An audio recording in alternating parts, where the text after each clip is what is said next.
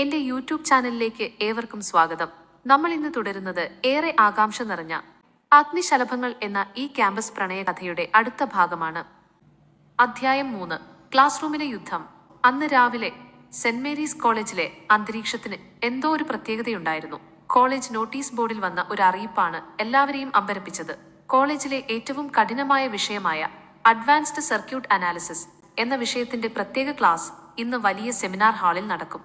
ഈ ക്ലാസ്സിൽ ജൂനിയേഴ്സിനൊപ്പം കഴിഞ്ഞ വർഷം ഈ വിഷയം തോറ്റ സപ്ലിമെന്ററി സീനിയേഴ്സും നിർബന്ധമായും പങ്കെടുക്കണം. മീര തന്റെ പുസ്തകങ്ങളുമായി ഹാളിലേക്ക് കടന്നു ചെന്നു.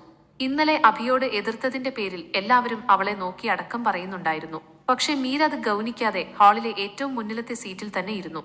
അല്പം കഴിഞ്ഞ് ഹാളിലേക്ക് ഒരു രാജാവിനെ പോലെ അഭിമന്യുവും അവന്റെ സംഘവും കടന്നു വന്നു. കഴിഞ്ഞ വർഷം ഈ വിഷയം തോറ്റതിനാൽ അഭിക്കും ഇന്ന് ജൂനിയേഴ്സിന്റെ കൂടെ ഇരുന്നേ മതിയാകൂ. തന്റെ ജൂനിയേഴ്സിന്റെ കൂടെ ഇരുന്ന് പഠിക്കേണ്ടി വരുന്നത് അഭിയുടെ അഹങ്കാരത്തിന് വലിയൊരു തിരിച്ചടിയായിരുന്നു. അഭി നേരെ വന്ന് മീരയുടെ തൊട്ടുപിന്നിലെ സീറ്റിലിരുന്നു. അവൻ തന്റെ കാലുകൾ മീരയുടെ കസേരയിൽ തട്ടിച്ച് അവളെ ശല്യം ചെയ്യാൻ തുടങ്ങി. ഇന്ന് നിന്റെ തന്റെ ഇടമൊന്ന് കാണണമല്ലോ, വിക്രം അവളുടെ കാതുകളിൽ മന്ത്രിച്ചു. മീരയൊന്നും മിണ്ടാതെ മുന്നിലേക്ക് നോക്കിയിരുന്നു. ഹാളിലേക്ക് കർക്കശക്കാരനായ പ്രൊഫസർ മേനോൻ കടന്നുവന്നു. 10 മിനിറ്റ് തിയറി എടുത്ത ശേഷം അദ്ദേഹം ബോർഡിൽ ലോകത്തിലെ തന്നെ ഏറ്റവും സങ്കീർണമായ ഒരു non linear active network circuit diagram വരച്ചു. ഹാളിൽ വലിയ നിശബ്ദത പടർന്നു. അതിലെ കറന്റ് പ്രവാഹം കണ്ടെത്തുക എന്നത് അസാധ്യമായ ഒന്നാണെന്ന് എല്ലാവരും വിശ്വസിച്ചു. ഈ പ്രോബ്ലം കഴിഞ്ഞ 3 വർഷമായി ആരും ഈ കോളേജിൽ സോൾവ് ചെയ്തിട്ടില്ല. സീനിയേഴ്സിനോ ജൂനിയേഴ്സിനോ ആർക്കെങ്കിലും ഇത് ചെയ്യാൻ ധൈര്യമുണ്ടോ? പ്രൊഫസർ വെല്ലുവിളിച്ചു. സാൻഡി തന്റെ ടാബ്ലറ്റിൽ ഉത്തരം തെരഞ്ഞെങ്കിലും ഒന്നും കിട്ടിയില്ല. അഭിമന്യു തന്റെ സീറ്റിൽ പുച്ഛത്തോടെ ഇരുന്നു. ഇതൊന്നും ഒരു മനുഷ്യന് ചെയ്യാൻ പറ്റുന്നതല്ല സർ, അഭി ഉച്ചത്തിൽ പറഞ്ഞു. കുട്ടികൾക്കിടയിൽ ഒരു ചിരി ഉയർന്നു. പെട്ടെന്ന് മീരയുടെ കൈ ഉയർന്നു. സർ, ഞാൻ ശ്രമിക്കാം. ഹാളിലെ ചിരി നിന്നു. ഇവൾക്ക് ഭ്രാന്താണോ എന്ന് സീനിയേഴ്സ് അടക്കം പറഞ്ഞു.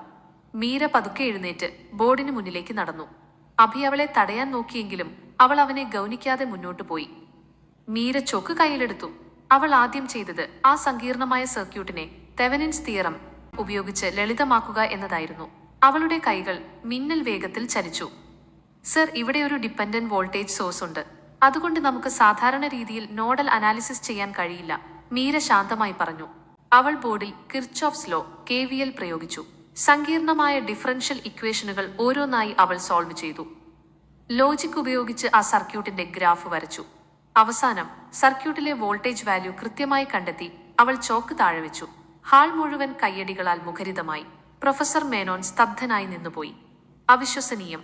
ഒരു സീനിയർ വിദ്യാർത്ഥിക്ക് പോലും കഴിയാത്തത് നീ ചെയ്തിരിക്കുന്നു. ഒരു ജീനിയസ് ആണ് നീ മീര. അഭിയുടെ മുഖം അപമാനം കൊണ്ട് കറുത്തു. തന്റെ സ്വന്തം ഗ്യാങ്ങിന്റെ മുന്നിൽ വെച്ച് ഒരു ജൂനിയർ പെൺകുട്ടി തന്നേക്കാൾ ഉയരത്തിൽ നിൽക്കുന്നത് അവന് താങ്ങാനായില്ല. ക്ലാസ് കഴിഞ്ഞ് മീര ക്യാൻറ്റീനിലേക്ക് പോയി. അഭിമന്യുവും സംഘവും അവളെ പിന്തുടർന്നു. നീ വലിയ ആളായെന്ന് വിചാരിച്ചോ? അഭി അവളുടെ ഭക്ഷണപ്പൊതി തട്ടിത്തെറിപ്പിച്ചു. പണമല്ല അഭിമന്യു, കഴിവാണ് വലുതെന്ന് നീ ഇന്ന് കണ്ടില്ലേ? മീര അവന്റെ കണ്ണുകളിലേക്ക് നോക്കി ചോദിച്ചു. അഭി ദേഷ്യത്തോടെ അവളുടെ കൈ പിടിച്ചു തിരിച്ചു. നിന്നെ ഞാൻ ഈ കോളേജിൽ നിന്ന് പുറത്താക്കും, ഇത് എന്റെ ഉറപ്പാണ്. ഈ സമയം സിദ്ധാർത്ഥ് അവിടേക്ക് വന്നു. അഭി, വിടവളെ, നിനക്ക് തോൽവി സമ്മതിക്കാൻ വയ്യല്ലേ? അവൾ മിടുക്കിയാണ്, അത് നീ അംഗീകരിക്കണം. സിദ്ധാർത്ഥ് കൈ കടത്തി മീരയെ രക്ഷിച്ചു.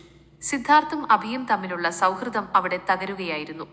ക്ലാസ് കഴിഞ്ഞ് ക്യാമ്പസിന്റെ ആളൊഴിഞ്ഞ കോണിൽ വെച്ച് സിദ്ധാർത്ഥ് അഭിയെ തടഞ്ഞു നിർത്തി. അഭിയുടെ കണ്ണുകളിൽ ഇപ്പോഴും മീരയോടുള്ള പക കത്തുന്നുണ്ടായിരുന്നു. അഭി, നീ എന്തിനാണ് ഇത്ര ക്രൂരനാകുന്നത്? അവളൊരു പാവം കുട്ടിയല്ലേ? അഭി പുച്ഛത്തോടെ ചിരിച്ചു. പാവങ്ങളോട് എനിക്ക് സഹതാപമില്ല സിദ്ധു. ഈ ലോകത്ത് കരുത്തുള്ളവനെ ജീവിക്കാൻ അവകാശമുള്ളൂ. സിദ്ധാർത്ഥ് അവന്റെ കണ്ണുകളിലേക്ക് നോക്കി പതുക്കെ പറഞ്ഞു. നീ നിന്റെ ഭൂതകാലം മറന്നുപോയോ അഭി? നിന്റെ അമ്മയെ നിന്റെ അച്ഛൻ ഉപേക്ഷിച്ചു പോയപ്പോൾ നീയും നിന്റെ അമ്മയും ആ തെരുവോരത്ത് കരഞ്ഞു നിന്നത് ഞാൻ കണ്ടിട്ടുണ്ട്. അന്ന് നിനക്കും പണമില്ലായിരുന്നു. അന്ന് അനുഭവിച്ച ആ വേദനയല്ലേ നീ ഇന്ന് മറ്റുള്ളവർക്ക് നൽകുന്നത്? നീ നിന്റെ അച്ഛനെ പോലെ മാറുകയാണ്. അഭിയുടെ മുഖം വിളറി. അവൻ സിദ്ധാർത്ഥിന്റെ കോളറിൽ പിടിച്ചു. ഇനി ഒരിക്കലും എന്റെ ഭൂതകാലം നീ മിണ്ടിപ്പോകരുത്. അന്ന് കരഞ്ഞ ആ കൊച്ചു പയ്യൻ മരിച്ചുപോയി. ഇന്ന് ഈ കാണുന്നതാണ് സത്യം. അവൻ ദേഷ്യത്തോടെ അവിടെ നിന്ന് നടന്നു നീങ്ങി. അഭിയുടെ അഹങ്കാരത്തിന് പിന്നിൽ വലിയൊരു മുറിവുണ്ടെന്ന് സിദ്ധാർത്ഥ് തിരിച്ചറിഞ്ഞു. തന്റെ അഹങ്കാരത്തിന് ഏറ്റ മുറിവിന് പകരം വീട്ടാൻ അഭി സാൻഡിക്ക് ക്രൂരമായൊരു നിർദ്ദേശം നൽകി. സാൻഡി തന്റെ ഇരുണ്ട മുറിയിലിരുന്ന് മീരയെ തകർക്കാനുള്ള അവസാനത്തെ നീക്കം നടത്തി. അവന്റെ മുൻപിൽ 3 മോണിറ്ററുകൾ തിളങ്ങുന്നുണ്ടായിരുന്നു. അവൻ ആദ്യം കോളേജിന്റെ ലാൻ നെറ്റ്വർക്കിലേക്ക് നുഴഞ്ഞു കയറി. മീരയുടെ സ്റ്റുഡന്റ് ID ഹാക്ക് ചെയ്യാൻ അവനൊരു ബ്രൂട്ട് ഫോഴ്സ് അറ്റാക്ക് നടത്തി. മിനിറ്റുകൾക്കുള്ളിൽ മീരയുടെ യൂസർനാമും പാസ്വേഡും അവന്റെ സ്ക്രീനിൽ തെളിഞ്ഞു. ഇനി പണി തുടങ്ങാം. സാൻഡി ക്രൂരമായി ചിരിച്ചു. അവൻ പ്രൊഫസർ മേനോന്റെ കമ്പ്യൂട്ടറിലേക്ക് ഒരു ട്രോജൻ ഹോഴ്സ് വൈറസ് അയച്ചു. എന്നിട്ട് മീരയുടെ ID ഉപയോഗിച്ച് ആ കമ്പ്യൂട്ടറിൽ നിന്ന് ക്വസ്റ്റ്യൻ പേപ്പർ ഡൗൺലോഡ് ചെയ്തതായി ലോഗ് ഫയലുകൾ നിർമ്മിച്ചു. CCTV ദൃശ്യങ്ങൾ മോർഫ് ചെയ്ത് മീരയുടെ വസ്ത്രം ധരിച്ച ഒരാൾ രാത്രിയിൽ ഡിപ്പാർട്ട്മെന്റിൽ കയറുന്നതായി അവൻ ക്രിയേറ്റ് ചെയ്തു. അവന്റെ വിരലുകൾ കീബോർഡിൽ നൃത്തം ചെയ്തു. അവസാനം എന്റർ കീ അമർത്തിയപ്പോൾ അവൻ പറഞ്ഞു, മീരെ, ഇനി നിന്നെ രക്ഷിക്കാൻ സിദ്ധാർത്ഥിന് പോലും കഴിയില്ല. വൈകുന്നേരം മീര ഹോസ്റ്റലിലേക്ക് ഇറങ്ങുമ്പോൾ പ്രിൻസിപ്പൽ അവളെ വിളിച്ചു. മീര, നിന്നെ ഞങ്ങൾ വിശ്വസിച്ചിരുന്നു. പക്ഷെ നീ ചോദ്യപേപ്പർ മോഷ്ടിക്കാൻ ശ്രമിച്ചതിന് തെളിവുണ്ട്. നാളെ നിന്റെ അച്ഛനെ കൂട്ടിവരണം. നിന്നെ ഈ കോളേജിൽ നിന്ന് ഡിസ്മിസ് ചെയ്യാൻ പോവുകയാണ്. മീര ഞെട്ടിപ്പോയി. താൻ ചെയ്യാത്ത തെറ്റിന് അവൾ ശിക്ഷിക്കപ്പെടാൻ പോകുന്നു. പുറത്ത് കാർമേഘങ്ങൾ ഇരുണ്ടുകൂടി. മഴ ശക്തിയായി പെയ്യാൻ തുടങ്ങിയിരുന്നു. രാത്രി ഹോസ്റ്റലിലെത്തിയ മീരയ്ക്ക് സമാധാനമായി ഉറങ്ങാൻ കഴിഞ്ഞില്ല. അവൾ അച്ഛനെ ഫോണിൽ വിളിച്ചു. അച്ഛാ, ഞാനാണ് മീര. മീരയുടെ തൊണ്ട ഇടറി. എന്നെ അവർ സസ്പെൻഡ് ചെയ്യാൻ പോവുകയാണ്. ഞാൻ ചെയ്യാത്ത ഒരു കുറ്റത്തിന്. എന്നെ എല്ലാവരും മോഷ്ടാവായി കാണുന്നു അച്ഛാ. അവൾ പൊട്ടിക്കരഞ്ഞു. മറുതലയ്ക്കൽ രാഘവൻ അല്പനേരം നിശബ്ദനായി നിന്നു.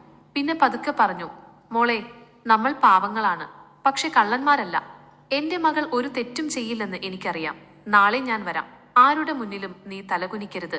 നിന്റെ സത്യം ദൈവത്തിനറിയാം. അച്ഛന്റെ ആ വാക്കുകൾ മീരയ്ക്ക് വലിയൊരു കരുത്തായി. കരഞ്ഞു തീർക്കാൻ താൻ ജനിച്ചവളല്ലെന്ന് അവൾ ഉറപ്പിച്ചു. അഭിയുടെ റേഞ്ച് റോവർ കാർ അവൾക്ക് മുന്നിലൂടെ പാഞ്ഞുപോയി. വണ്ടിക്കുള്ളിലിരുന്ന് അഭിമന്യു അവൾക്ക് നേരെ പരിഹാസത്തോടെ കൈവീശി ചിരിച്ചു. ഇടിമിന്നലിന്റെ വെളിച്ചത്തിൽ മീരയുടെ മുഖത്തെ ദൃഢനിശ്ചയം വ്യക്തമായിരുന്നു. യുദ്ധം തുടങ്ങിയിട്ടേയുള്ളൂ. അഭിമന്യുവിന്റെ ഈ ചതി മീരയുടെ ജീവിതം തകർക്കുമോ? പ്രിൻസിപ്പലിന് മുന്നിൽ അച്ഛനെ കൂട്ടി നിൽക്കുമ്പോൾ മീരയ്ക്ക് എന്ത് സംഭവിക്കും? സിദ്ധാർത്ഥ് അവളെ സഹായിക്കുമോ? ഈ കഥയുടെ ബാക്കി ഭാഗങ്ങൾ കേൾക്കാൻ ദയവായി ഈ ചാനൽ സബ്സ്ക്രൈബ് ചെയ്യുക. വീഡിയോ ഇഷ്ടപ്പെട്ടെങ്കിൽ ലൈക്ക് ചെയ്യാനും കൂട്ടുകാർക്ക് ഷെയർ ചെയ്യാനും മറക്കരുത്. എല്ലാവർക്കും നന്ദി.